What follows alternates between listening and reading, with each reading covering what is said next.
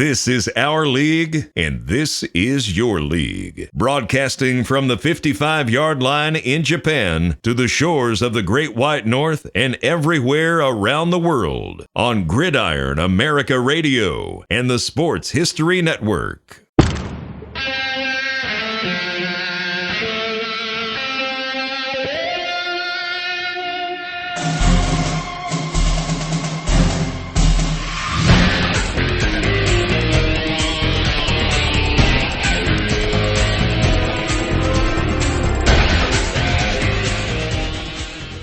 Hey, everybody. Welcome to From the 55-Yard Line on what is right now our first live stream on Facebook. As we're talking right now, we have been talking for a little bit here on Facebook. I think we got one person looking in, so it's kind of a beta test for us as we kind of move into the future here. And the reason why we're able to do this is I finally figured out how to use Zoom properly. So, it's worth, everybody was giving me all kinds of advice. Hey, use this. And then I saw this. Oh, I can do live stream with Zoom. So we're going to stick with Zoom. Okay. Well, enough of me yammering away here. We are with our guest. It's Dave and I, and we are here with our returning guest, good friend of mine who is on the mend. He's on the DL right now. Co-host of the Sports Lunatic Show, prolific author, awesome writer, and just a downright good guy. Howie Mooney. How you doing, buddy? I'm working hard on the prolific author part. I'm working hard on the good author part. I thank you for calling me a good guy, though. Okay, well, you deserve it. This is you're in the third time club, because this is your third time sitting down with us, and we're here to talk about some more stories, basically, because you've got a new book coming out. It's more Crazy Days and Wild Nights is the title of the book. And that's going to be coming out soon. Your other book, Crazy Days and Wild Nights, is... Well, more Crazy Days and Wild Nights is out now. It's the follow-up to Crazy Days and Wild Nights. There you go. Dave's got it. It's out. It's available on Amazon. You can get it there. You can get both books there.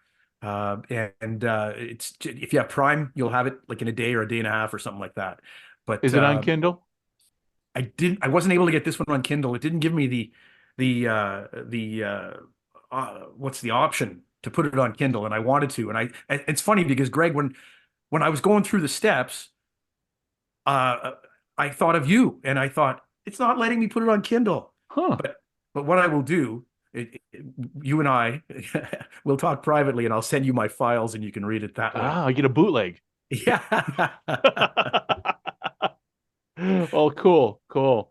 Yeah, no, thanks for sitting down with us. And I know Dave got the copy of your book here, and there's a lot to go over in a short amount of time. So, that's the thing. I mean, you and I have talked for more than we said we had an hour, but you and I have sat down here and talked for more than an hour on many occasions so far. Oh, yeah.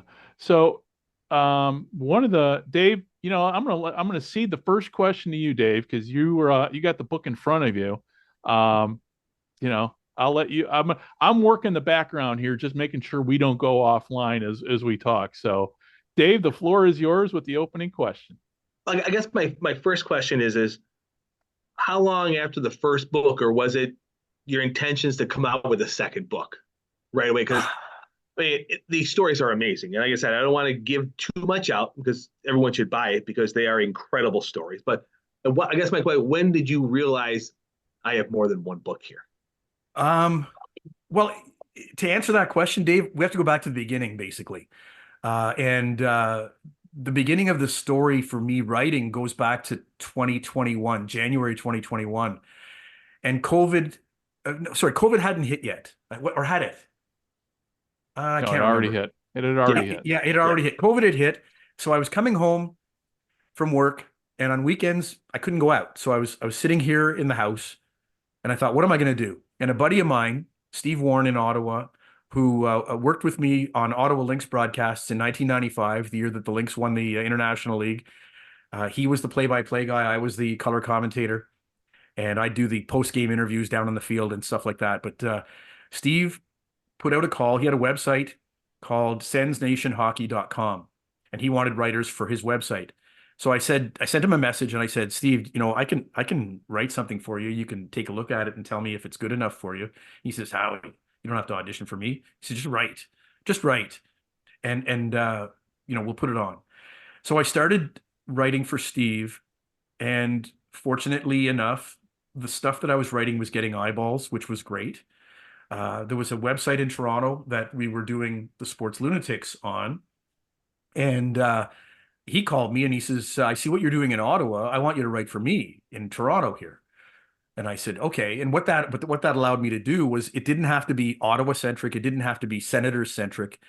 It could be about anything. So I started writing stories about things that I remembered from when I was a kid and from when I was a teenager, stuff that had just always stayed in my head.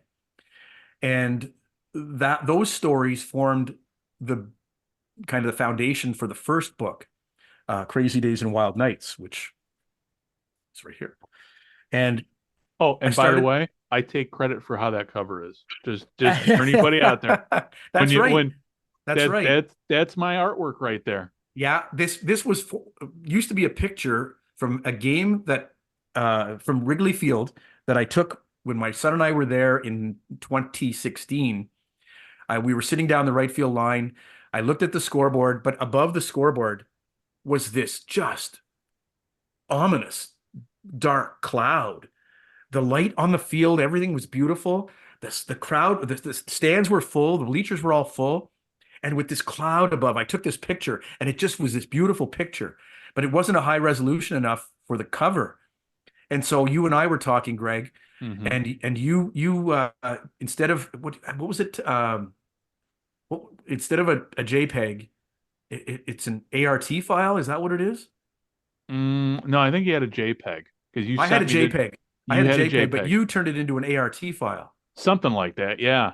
And I'd never heard of an ART file before, and I suggested that to the woman who published the book, and she tried that, and exactly we have what we have on the cover because of your suggestion, and you're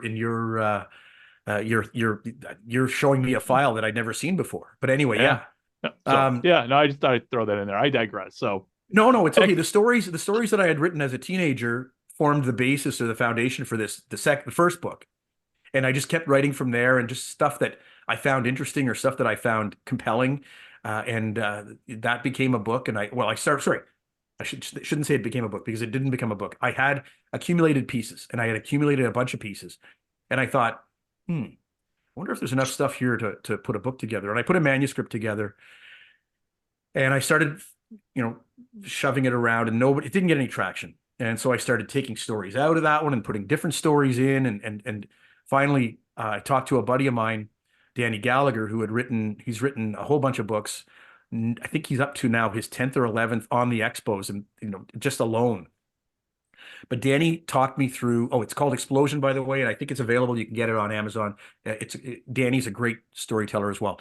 But anyway, Danny talked me through the whole process and how to put the book together, how to contact people, who to contact, and he put me in touch with this woman, Donna Deering, who helped me put the book together and put what I had as a manuscript and turned it into a book. And then I just kept writing because I had time. It's like, I got time. So I kept writing and kept writing and kept writing, and amassed more pieces and more pieces. And so, Dave, that became the second book. And, working that way, I just kept writing and writing and writing. And as we sit here right now, I have 3 more books and maybe a 4th that are ready to go anytime that I'm ready to go. They can come out. And so, that's I hope that answers your question in terms of how. That was my next question too, because I'm curious how many more these are amazing stories. That was my next question, was how many more do you have? Like, that's awesome. That's great. Well, I have a third in this series, in the Crazy Days and Wild Nights series. And for anybody that hasn't seen them or hasn't heard about them, Dave, you're familiar with the stories, but what I like to find are stories that take place, and inside them there's an element that was totally unforeseen or totally unplanned for.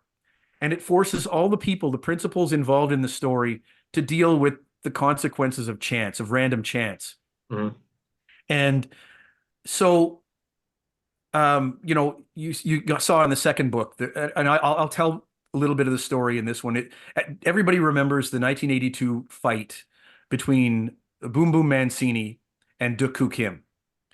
And so in that story, I tell each guy's kind of story, how they got to this point where they're fighting for the world championship. Duk Kim, his story was just so compelling to me, fighting his way out of poverty. And when I talk about poverty, I'm not talking about poverty. I'm talking about abject, living under a bridge poverty, drinking out of puddles because to get water poverty. Third world poverty. Absolutely, yes, absolutely. But he always knew that there's something better out there for him. And he got into boxing, and he boxed his way out of Korea and out of to the Asian Championship, to this World Championship fight against Boom Boom Mancini in Vegas in '82. And the way it goes, these were two guys. They were two valiant, two gallant fighters who refused to take a step back from the other guy. And this was back when championships fights were 15 rounds. And they got to the 6th, and they got to the 7th, and they got to the 8th. And as they got further and further into the fight, their faces became less and less recognizable as faces, and they were more like bloody pulps. But neither guy was backing down. And they got into the 13th and into the 14th, and that's when, the worst possible thing happened in the fight. And I'll leave it at that, because if anyone that's old enough, we know the story.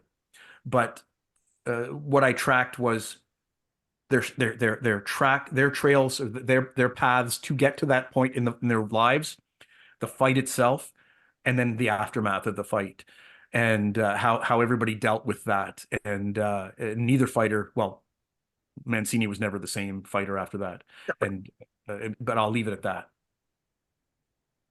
Those are the kind of stories that I look for, and they aren't necessarily always sad. They aren't necessarily always violent, but there's a lot of that in the stories that I write. Mm-hmm. It's more than just a fight that happened. Yeah, something that happened. There's a lot more to it. Yeah. Yeah, the stories that I write, there are more than just stories about a game or how the score ended up the way it was. It's something that happens in the game that causes these people to have to deal with something possibly for the rest of their lives. Mm-hmm. Well, in growing up in Buffalo, and we talked about this before, I do enjoy the Legend of Taro from the first film. Yeah. Growing up in Buffalo, it's just, I honestly, you can't, if you're not. That is a great story. You have to be a certain age to understand that story, or to even heard that story, and then to understand on how a draft went back then. And then just to hear the whole story, it's just, I'm reading it and laughing, because it's such a hilarious story at the end of the day. It really is. How they pull that off is still, to me, a hilarious thing. Well, and you had the humorless president of the league, Clarence Campbell, who just. It was a different time. Hockey. You're right. Hockey was run a different way. It just is just a different thing. It's just. I had something in my mind that I was going to say. Oh, because I talked to Ben Sugimoto, who was the grandson, or it was the grandson or the great grandson of the family that owned the farm and the fruit stand that between St. Bonaventure and Buffalo, that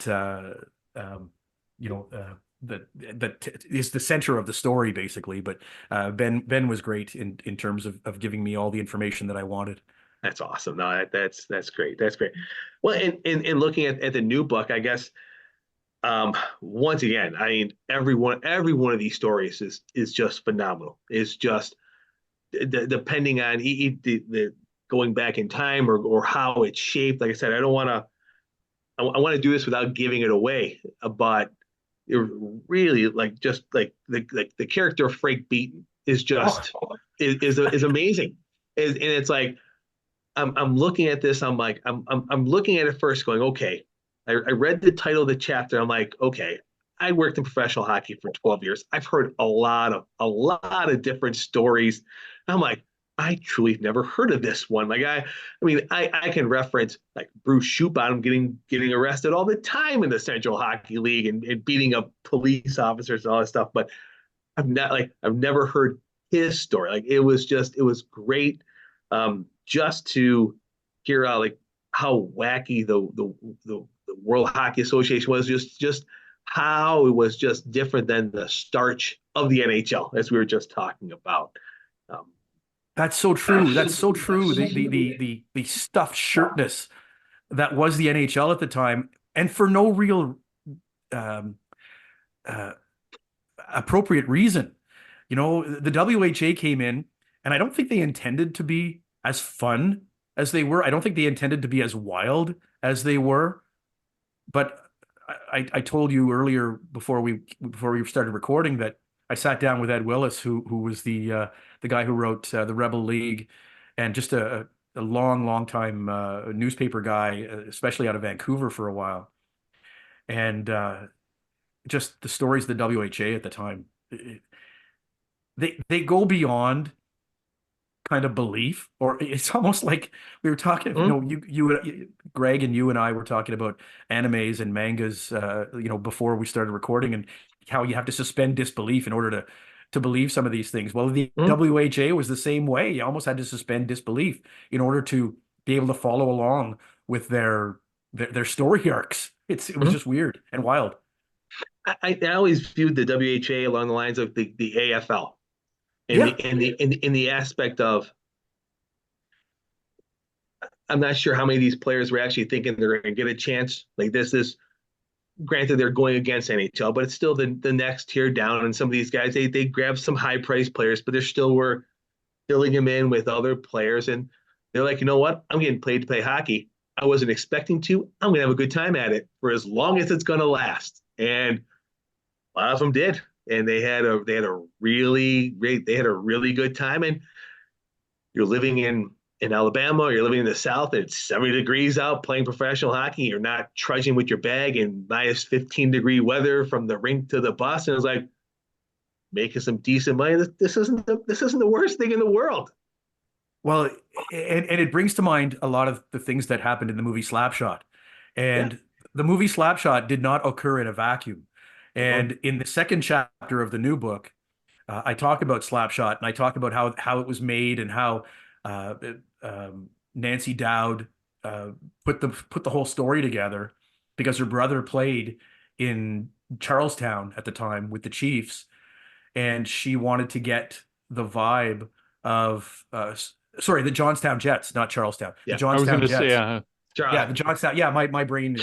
I'm on some wonderful medication with my hip replacement, but yeah, her brother Ned played in Johnstown with the Jets, and so she wanted to get the vibe of Johnstown.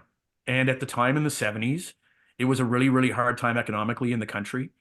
It was a really hard time, for a lot of people to even buy tickets for hockey games. It was one of the last things on their priorities list. But the Who Owns the Team theme became her raison d'etre in writing the story about Slapshot.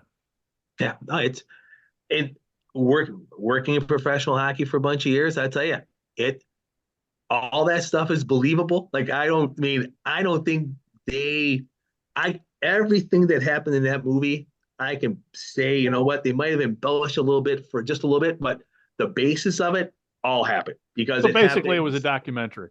It was kind of. It was really kind of. You have a well-known director and a star involved, and then you're filling it in with some newer actors, some hockey players who can act and things like that. But my time was the mid '90s to the mid 2000s, and all these stories are like we had the Hansons come in and when they were doing the 20th anniversary of the movie, they were doing their tours and they're coming in like they all played hockey. This all had like all this, and it was funny listening. Like there's a lot of things that they didn't put in the movie, and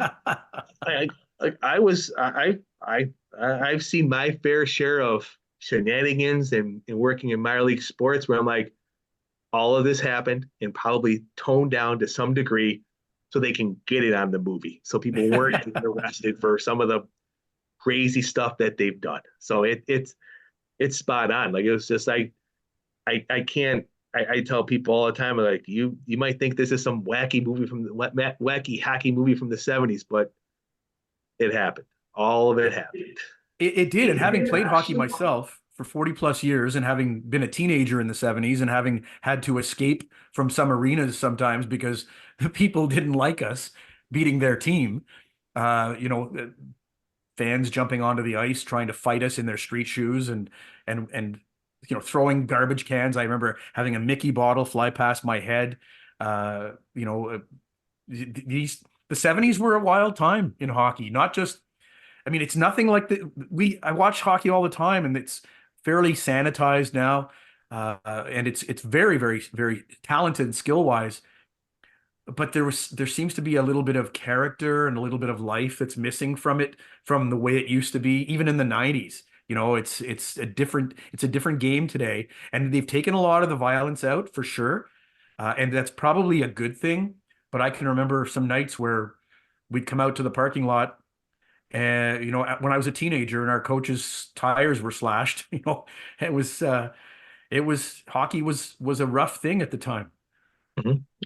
And it was led by a lot of you see a lot of the characters, like the coaches, like so a lot of that was, John Brophy's the first one that comes to my mind, and just so I don't mean to go in the weeds so much on this, but there's so many characters in the 70s. Like it was Don Cherry, Coach Damricks before my time working for them, but this was 25 years later, and they're still talking about Don Cherry. They're still talking about those legendary Amherst teams of the 60s and just how and what they did and things like that. It's just, you just don't see that. You don't minor league hockey has changed so much where that connection, and it's tough. It's a different time. And I think I'm that old guy back in the day, how it used to be, but it was just how it was. That's just how it was. In my day, we didn't have hair dryers or microwave ovens. If you wanted your hair dried, you stuck your head out the window in the middle of a tornado. That's the way it was, and we liked it. Back in my day, we used a pencil. What is this pencil you speak of? Yeah. Well, I guess I wanted to, along the lines of the book, talking about the stories, and you want to find a little more behind the stories. What in the second book would you say was the hardest or most difficult to get the background to complete the story? Probably the story of Matt Dunnigan's incredible night in 1994 where he threw for 700 yards. Friend of the show. I know, and I love that episode. I go back to that episode and re-listen to it so often because so much of what he said in your episode, having to learn how to be a pro after coming out of college, that's a real thing. And I've come across that when I've interviewed former, especially in football, but in hockey as well. And I've brought it up to people, former players, and I say, was there ever a time where you had to learn how to be a pro? And they say, oh my God, yes, I had to learn how to be a pro. And it never really dawned on me until I listened to you guys talking with Matt Dunnigan and just the personalness, the personality, everything that Matt Dunnigan is and everything that Matt Dunnigan ever was came out in that interview so well. And I keep going back to it. That was an interview. Dave, I don't know if I know you've heard that. Pretty sure you've heard that interview that Scott and I did with Matt. Got the book the next day. It was awesome. When Scott and I mean, we got done and we both, we're online like this and we're both like, wow. I mean, it was a real, I mean, Matt is great on TV, He really is. In fact, I like him more now. I probably with the beard because it's. I saw him. He had the beard. I'm like, oh, that looks really good. Because when we talked to him, he didn't have the beard. Um, but yeah, it was just one of those interviews where you're like, wow, that was phenomenal.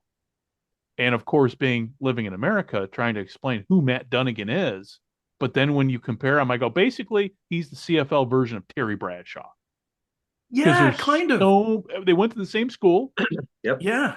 And they both kind of had, I mean, kind of had similar careers, even though Bradshaw stayed with one team, but Matt went to other teams. And they're both in broadcasting. They're both doing pregame. Matt to me I watch him and I'm like, man, what a great guy. So anyway, that's what I felt too when I listened yeah. to your interview with him. I thought, geez, there's a guy. I really like this guy, the person, the human being that he is, because he's giving his time. He's not like grudgingly giving his time. He's like enthusiastically giving his time with you guys, Yeah. and he's telling stories. And that's the thing I love is hearing those stories, the stories that nobody ever gets to hear, the stories of training camp, the stories of carrying other guys' equipment when you're a rookie, the stories of giving up your beer chits to the veterans because you're a rookie and you're having to learn how to be a pro. That bar they had up in what it was like a tree house or something, you know. All those stories are just so wonderful. One of my favorite interviews that I've done on the Sports Lunatics show, and you can find us on Spotify, iHeartRadio, TuneIn Radio, Apple Podcasts, wherever, is an interview that I did with Joanne Polak back in Easter time of 2022, I think. Joanne Polak, for those who don't know, she was the general manager of the Ottawa Rough Riders from 89 to 91. And the stories that she told, first of all, she's the first woman to be a general manager of a professional sports team in North America. And secondly, the stories that she told trying to keep this franchise, this legendary century-old franchise afloat at a time when the CFL was having a lot of trouble. The stories that she told in that interview are some of my favorite stories. Just stuff that people probably even in Ottawa didn't know about the Rough Riders and about how their contract worked with the city and how little money they got from the city, for all of the stuff that they did, and just the stories of the previous GM had a spittoon under the desk, and when she got the job, she gets to her desk and she looks at that thing and almost throws up because of it. It's just still sitting there. All those little things, those little stories. It's one of my favorite my favorite interviews that I've done, and it's, as I said, it's on the Sports Lunatics show.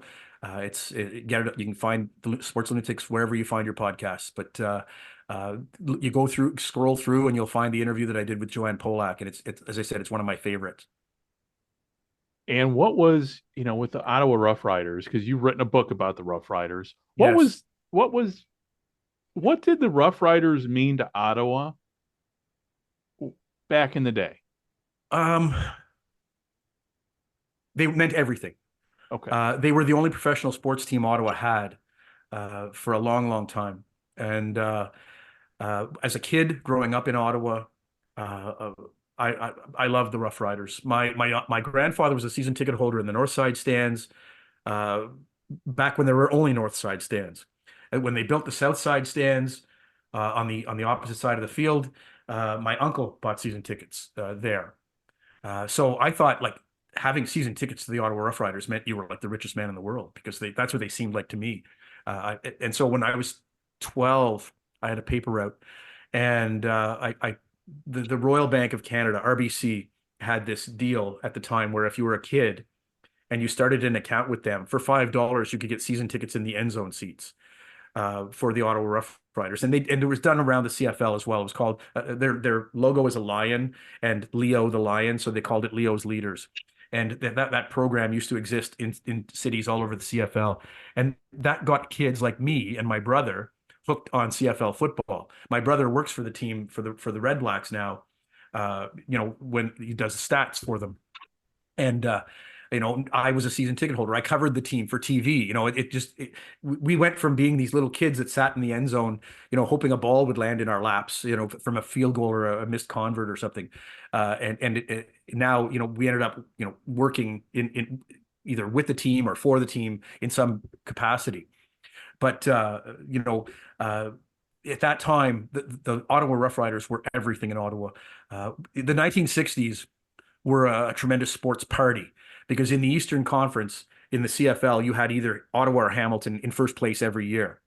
And they would beat each other just to the bone to try to get to the Grey Cup every year. And this past week, in the Western side, the Winnipeg Blue Bombers had that kind of from 56, I think, to 67, 66 or whatever in the West. And two of their players from that dynasty Winnipeg Blue Bombers team, Kenny Plain and Jerry James, both passed away on February 14th this week. So, but reading everything about them made me look at Ottawa, and Ottawa had as their quarterback Russ Jackson. They had Whit Tucker, they had Ronnie Stewart, and that was the three-headed monster that Ottawa had. And so they were the kind of the similar Jerry James and Kenny Plain in Winnipeg. But those three guys, back then too, players didn't make a lot of money, so they had to have jobs outside of football. Russ Jackson was a teacher and later a principal at the high school I ended up going to. And Ronnie Stewart was a lawyer. Whit Tucker was a lawyer, I believe. They all had jobs outside of football, and it stayed that way for a long, long time in the CFL. But the Rough Riders, even through the 70s, they were the biggest thing in town. They won the Grey Cup in 76 on that dramatic Clements to Gabriel touchdown. In 81, they had a crap team. But they never had the same lineup twice. Injuries, cuts, things happened all through the season. And finally, the last two games of the regular season, they had the same lineup, and they seemed to catch some kind of lightning in a bottle, and they started to play well. They finished in second place in the division that year at 5-11 because the rest of the division was so terrible. They played Montreal in the Eastern semifinal, and they got by the skin of their teeth. They went to Hamilton. Frank Cush was coaching Hamilton at the time, and that team was 11-5 or 12-4 or something like that. They breezed through the regular season. Ottawa went in there and surprised them by beating, I think it was 14-7. Pat Stoko got both touchdowns, if I'm not mistaken, in that game. And he was a slot receiver. And I remember sitting down with him for like an hour and a half. And you can find that episode on the Sports Lunatics show as well. But Pat, the interview with Pat was one of my other favorite ones, probably because my first sports love was the Ottawa Rough Riders. And the fact that he played for the Rough Riders, it was one of my most fun interviews, just getting to talk with him about that year and about his career. But, after 81, life in Ottawa as a football fan got really hard because the team got really bad. We still went to the games. Super season 88, the team went 2-14 or 2-16. I think we've gone to an 18-game schedule at that time, but they won 2 games all year. It was supposed to be a wonderful celebration of football, and it was just awful. And then in the 90s, it changed owners. They went to a group ownership in town, and then they sold it to Horn Chen, and then the Gleibermans. So the Gleibermans, then Horn Chen, and it just became just a gong show in Ottawa. And people stopped going because they knew the team had no chance of winning, not because they didn't like the team or appreciate the franchise. They just didn't like going there anymore because they didn't like seeing losing all the time. And covering the team in 91 and 92 or 92 and 93, sorry, was difficult. Mind you, a team like that, like the Rough Riders were, bringing in guys like Dexter Manley and stuff and people like that, personalities who were past their primes, right, and had nothing left football wise, but they could give you a good interview. That made the job a little bit easier, but it was tough. And by 96, there was nothing left in the tank for the Rough Riders, for ownership, for the fans in the city, and the team folded after the 96 season. And of course, the 90s, that 96 year, I mean, you're talking too, that was the time period where you had the CFL expansion in the States. You had a lot of financial problems. It just seemed to me, I mean, and looking at the period, for his people who look at the CFL now, who are fans now and new fans in America, when they're looking at the CFL now, they don't really get how important the 90s were to the league, and really kind of how, though they learned a lot of hard lessons that fortunately have not been repeated, at least in the CFL, in terms of, going for, just expanding just to get the money, kind of taking a step back. Obviously the pandemic put up, the league took a financial hit, but maybe looking back on it now, do you think it was a smart idea from a business standpoint now? Because we're so many, going on 4 years after the pandemic, for them not to have played. Do you think taking that season off actually may have saved the CFL moving forward now? I don't know if it did any of that. I don't know if it saved the CFL. I don't know if it hurt the CFL not having the money come in. Right. But in the I mean, long term, I don't know. I never thought of it that way, Greg, to be honest. When I think of the game now, I think of the players more than I think of anything else. right. And how did it affect the players? And I'm sure a lot of the players were hurt by it. Yeah. And the players need to have money coming in. Right. And so I'm sure having a year off did not help them at all. And I'm sure it drove a lot of the players out of Canada and back down to the States to play somewhere, just to play anywhere, whether it was a spring league or whether it was whatever. I never thought about the thought of it saving the league. Well, and the reason, But I remember when you and I talked, I think the first time, it was around the time when the XFL and CFL were talking about merging. Am I wrong about that, or am I right? yeah, that was about the time. Yeah, that was, Yeah. you're right.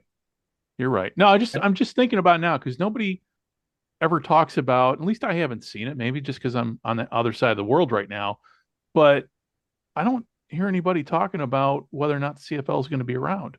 It just seems to me that after the pandemic, the league got right back on its feet, and we got some new owners in. I know there have been some ownership issues with Montreal, and obviously BC has turned itself around. Yes. In the big city. So with Montreal, and obviously with the Argonauts, I mean, MLSE seems to be fully committed to the Argonauts, unless I'm seeing something different. Well, I think that's true, and I think too that 2023 saw a real resurgence in terms of fan interest in Toronto, because fan interest in Toronto has always been an issue. Right. But it became a real issue probably in the last 15 years, because I moved here to Toronto in 2003, and at the time, it was I wouldn't say it was a ghost town, because there have always been diehard Argo fans in Toronto. There will always be people that will go to the games. Right. But it seemed like 2023 drummed up excitement that we didn't have previously. And my hope is that those people stick around for the long haul, because I love the CFL and I don't care. I will go to Argos games. I grew up in Ottawa. I grew up an Ottawa Rough Riders fan. I'm a Red Blacks fan, but I'm a fan of every team in the CFL now. And just going to Grey Cups and meeting people from all over the country, and people from the States that come up. People come up from Baltimore. Oh, yeah. Still, and meeting those people, and knowing that we are the ones that are on our little island. We are on our CFL fan island, and we have to stand together. No, yeah, we'll throw rocks at each other during the season because I don't like your team, you don't like my team. But the thing is, we are all kind of the same person when it comes to our CFL teams. We love our CFL teams, and if my loving your CFL team helps the whole league Right. survive, I will love your CFL team because I don't care. I love the league more than I love any individual team at this point in my life. Yeah. And the great thing is with the CFL, it's the history, it's Canada. To me, I mean, I grew up in Illinois, what used to be French Canada. Mhm. It was settled by people from Quebec. So I've always had a love affair with Canada. And Montreal is one of my favorite cities.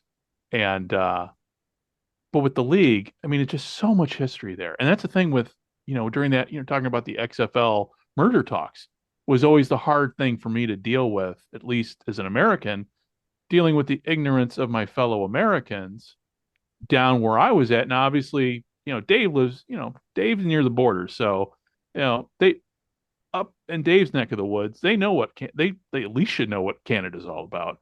But, you know, further in, for further into the States, there was just a huge disconnect between what people perceived about Canada and what people actually knew about Canada. And I think the good thing that came out of those merger talks is people started down in the States, started taking a look at the CFL and realizing, hey, this is a pretty good league. I mean, you had a lot of, podcasters jumping on the bandwagon. Hey, I like that, starting their own, God love them. I mean, they do actually, they do a great service to help promote the league down in the States. The Markcast, our show, my buddy Oz Davis and Joe Pritchard down at the Rouge, White, and Blue podcast too. I mean, so Americans are starting to take notice of the CFL. Unfortunately, the TV contracts really aren't helping too much in the States. But now that the That games are available online for free, hopefully, yeah, go ahead. that's going to be huge. And in terms of attracting fans and maintaining younger fans, having online viewership or having the possibility to watch a game online, it's going to be huge because how many of us now still go to our TVs and watch the TV on the regular channels anymore? I mean, even as we speak, I've got a hockey game that I've streamed all night with the sound down, because it's in Ottawa and Ottawa's getting killed. But Right. it's not on my regular TV here, but I'm streaming it. I'm able to do that on my TV. But streaming is, I mean, welcome to the 2010s. That's how I feel about it. Yeah. CFL, welcome to the 2010s. It's so important that younger people have a way to watch CFL games that they may not have wanted to watch or wanted to see through regular TV. They can watch it on their phones, they can watch it on their tablets, however they want to watch it. It's there for them now. And thankfully, touch wood, it stays there for a long time. Yeah. Yeah. Go ahead, Dave. Because engaging the younger fans, it's engaging me as a 10-year-old, a 9-year-old, got me to be a lifelong CFL fan. Engaging these kids today as young kids will make them fans of whatever for the rest of their lives as well, whether it's CFL football, Major League Baseball, anything. And I thought the new platform this year was wonderful. Online, I mean, the app, being able to do some fantasy. I thought that was really a step up. And you throw in the streaming, it was perfect. It was awesome. Yeah, But there was the some question, grumbling about it, but all worked out. I mean, when it first came out, it was like there was a lot of grumbling, but it worked great. and But I think, sorry, I was gonna say, isn't there always grumbling about something when it's There new? always is, yeah. and that's what I think. I think the grumbling was, I knew how to find it on ESPN Plus. I want to go there. I don't like something new. And then people were online going, it's free. Go to CFL. I mean, literally, it's free. You don't have to have ESPN. But I'm so used to going there. Why can't I go there now? Like, it was just, but I guess, my question was going back when we were talking about the Argos for a minute. And it's been great to see the resurgence and just the interest in the Argos again. Like, that was my team growing up in Buffalo. It was, yes, Hamilton was a tad bit closer, but it was always Toronto was always the bigger picture for us in the States, seeing it, even though I went to Hamilton hundreds of times. It was just like it just seemed like it was worlds apart for us on our side.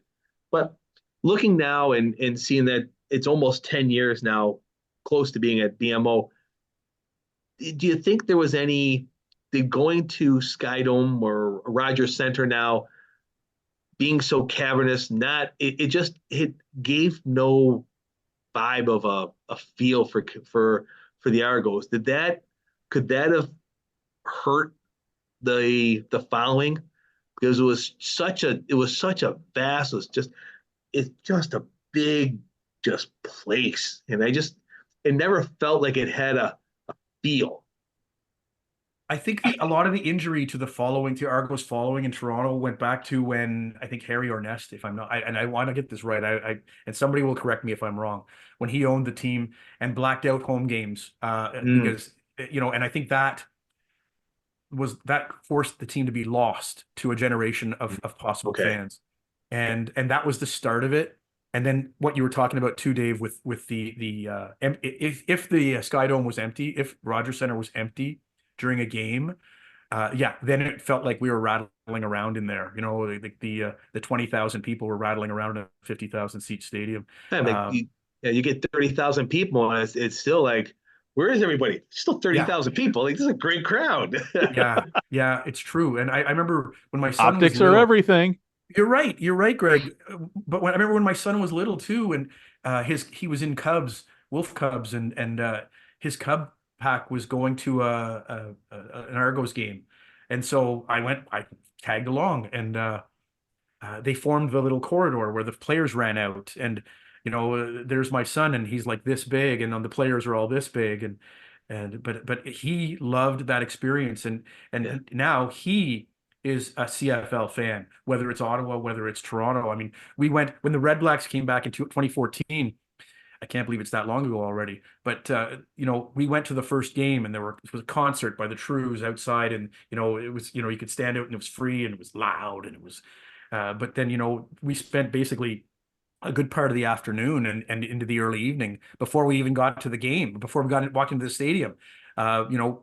Walking around and looking at all the things that there were to see, and then we saw the game, and this expansion team beat the Argos in their first ever game, and we were there, and I mean, it bit him, and he's there now. He's there for life, and yeah, I think it's so important to engage young people early.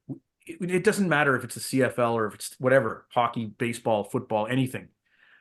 Get the kids when they're early, excite them when they're there, and they'll be there for life. Yeah. And one other question too, just about CFL with television. Is cable going? I mean, I know in the States streaming is taking over. People are cutting the cord. Same thing in Canada. Are people getting rid of the cable companies, which TSN obviously, No, I don't think so. No, not at all. Now, mind you, there are levels of packages that you can get. Okay. There's Bell and Rogers, and they have levels of packages. If the very basic package, TSN is a Bell property, so if you have Rogers, their basic cable doesn't include TSN. Oh, wow. So the reason why I was asking is streaming the future. Is streaming going to be the future for the CFL as it is down in the States with the NFL, say on YouTube TV? I believe so. I believe that it will not only be the future for the CFL, but it'll be the future for sports in general in the future. Okay. Dave? Well, 100%. We're here. I mean, if you guys saw the announcement between ESPN, what is it? ESPN, Fox, and Discovery about the three of them teaming up and having like a super sports streaming package. Like, if they're talking about it, it's just a matter of time before all the big four here, that's the direction they're going. I mean, it's all going to be that. It's going to be how, on the sports side, I see it, is how they can monetize it and then make it affordable. So go to somebody who's going to pay them a ton of money to get it, and then make it reasonable for all of us to watch it, with the aspect of Amazon or someone like Amazon can pay a ton for it, and then because they have everybody under the sun. Or I'm really curious on how the MLS and Apple long-term partnership is, because that's more of a global brand sport than say the main sports in the United States. Like, so where hockey is huge, and hockey will always be that place in Canada. It's just it's just what it is. And Yeah. that's like soccer. That's like soccer around the world. So the media, I think the media in the United States just don't understand the impact that Apple can have on this sport, because they still look at soccer as that fifth or sixth or seventh Right. sport. I'm curious though to ask you guys, because you guys live it, but I mean, you guys are sports fans, you guys are sports guys. In the States now, you can watch English Premier League on Peacock, can't you? And I mean, I'm hearing from people talking about European soccer more than I ever heard anybody talking about European soccer. You know, and is it because of the streaming that they have the access to it, the easy access to it that they didn't have before, that allows them to watch it? Yes, in all the competitions, like the Paramount Plus, which is the CBS version, they have the UEFA League, and you're getting Bundesliga, you're getting the German league, you're getting everybody now. You're getting the La Ligas, and you're getting the Mexican Division One. You're now to the point where 15 years ago you would get glimpses of who these players are in England. Now you're watching every single game. I mean, you can watch that Wrexham team, their fifth division, and you can buy a package to watch fifth division English football. Like, that's how, I mean, if you wanna watch it, you will find it. It'll be on your screen somehow. The way we're watching sports now, and I'm kind of referencing back to your Howie too, when you and Sean talked about the demise of Sports Illustrated. Oh, How we view sports nowadays was written about back in the 70s by the great writers at Sports Illustrated, like Frank DeFord and, you know, all those other guys. We live in the future now, and watching sports is it's amazing just how much easier watching sports is now. I know, you know, for me being in Japan, so if I want to watch English Premier League, I have DAZN, which is DAZN for those who are in the States who are listening, DAZN.com, but it's an international based out of Britain. But here in Japan, hey, I can watch my J League 2. We've got a local team, and I've got all the Japanese baseball teams except for the Hiroshima Carp. They're not, for whatever reason, they don't, another one of those don't broadcast their home games on the streaming service. So, you know, who knows? But yeah, but we live in the future now, and it's so amazing. Even more amazing is the fact that we are talking 3 different countries. Howie's in Canada, Dave's in the States, I'm here in Japan. And despite the technical difficulties we had right before we went live here and everything, we're able to pull this off tonight with the magic of technology. So, Howie, before I let you go, let everybody know how to find your book, how to find you and Sean over the show, and we'll wrap everything up here. My 2 books that I have put out in 2023, Crazy Days and Wild Nights and More Crazy Days and Wild Nights. The best place and easiest place to get them is on Amazon. As I said, if you have Prime, you order the book, it'll be at your place on your doorstep within a day or a day and a half. And that's you know, here they are. If you want to look for the titles, look for the there we go. There. Anyway, if you want to find the Sports Lunatics show, you can find it wherever you get your podcasts, Apple Podcasts, Spotify, iHeartRadio, TuneIn Radio. You can find us too, Sean and I, on thesportslunatics.com. We have a page there. You can go through, you can find recordings, you can find written materials, you can find all kinds of different things at thesportslunatics.com. You can also find the Sports Lunatics on YouTube. I believe it's just look up Sports Lunatics or the Sports Lunatics in the search page on YouTube, and you'll find us. We've got a lot of stuff there as well. Shawnee is, he's working incredibly hard on a lot of this stuff and putting a lot of the stuff up. Right. And he tonight is hosting a trivia. He hosts trivia evening at one of. He's out in Nova Scotia, and I don't even know if they're going to be out there tonight because with the snow. But he was saying that I sent him a couple of questions, and he says I might use these, but that he could not. He had a previous engagement, so he could not be here tonight with us. Okay, and for everybody who is tuning in, and right now we're on the live stream, so I see one viewer. It could be my mom. I don't know, but hey, if you're but if you're watching this on the replay, thank you very much for tuning in and listening to us on the podcast. Thank you as always for listening to us. And from the 55 yard line, you can find us at fromthe55yardline.ca. And we are on the Sports History Network, and you can find us at thesportshistorynetwork.com. We're also on YouTube, and look for the Sports History Network on YouTube, and you can find the podcast there. But like the Sports Lunatic Show, we are everywhere you could, pretty much, I think, on every podcast platform that I've been able to see. And just like I said, it's amazing. We're all of us here, all three of us, we get to be 12-year-olds again and be back in, back in the day we were growing up. Oh yeah, I'd love to be on the radio. Yeah, it'll never happen. But now, hey, look, because of technology, we're all radio stars, even micro level type radio stars. Yeah. But yes, with all that said, thank you very much for tuning in, everybody.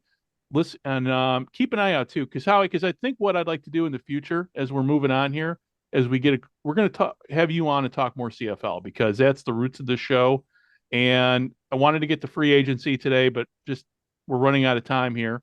I made lots of notes too. I made my notes on the back of an envelope. Well, you know what? I mean, I know right now because you're on the DL, so you're readily available. So who knows? Maybe next week we'll be having you, depending upon our schedule and everything, how next week's schedule goes, bring you back, talk CFL free agency, because we're right now with the free agency, it's still going. I mean, it hasn't ended yet.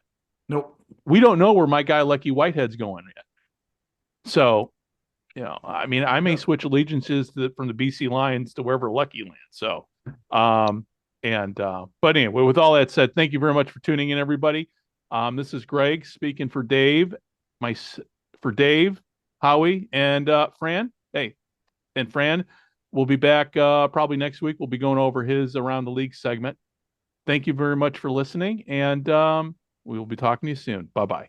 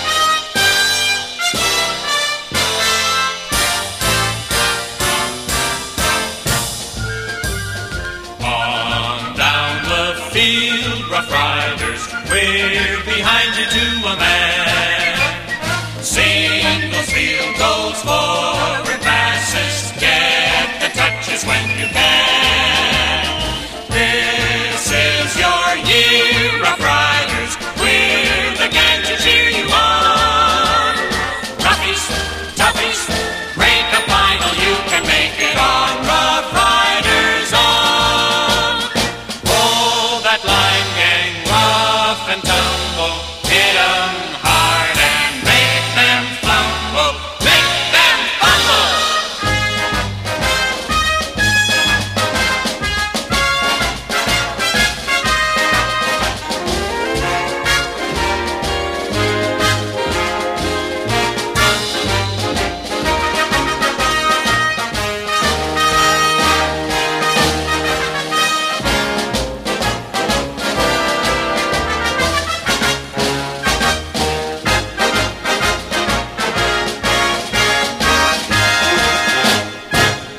This podcast is part of the Sports History Network, your headquarters for the yesteryear of your favorite sport. You can learn more at sportshistorynetwork.com.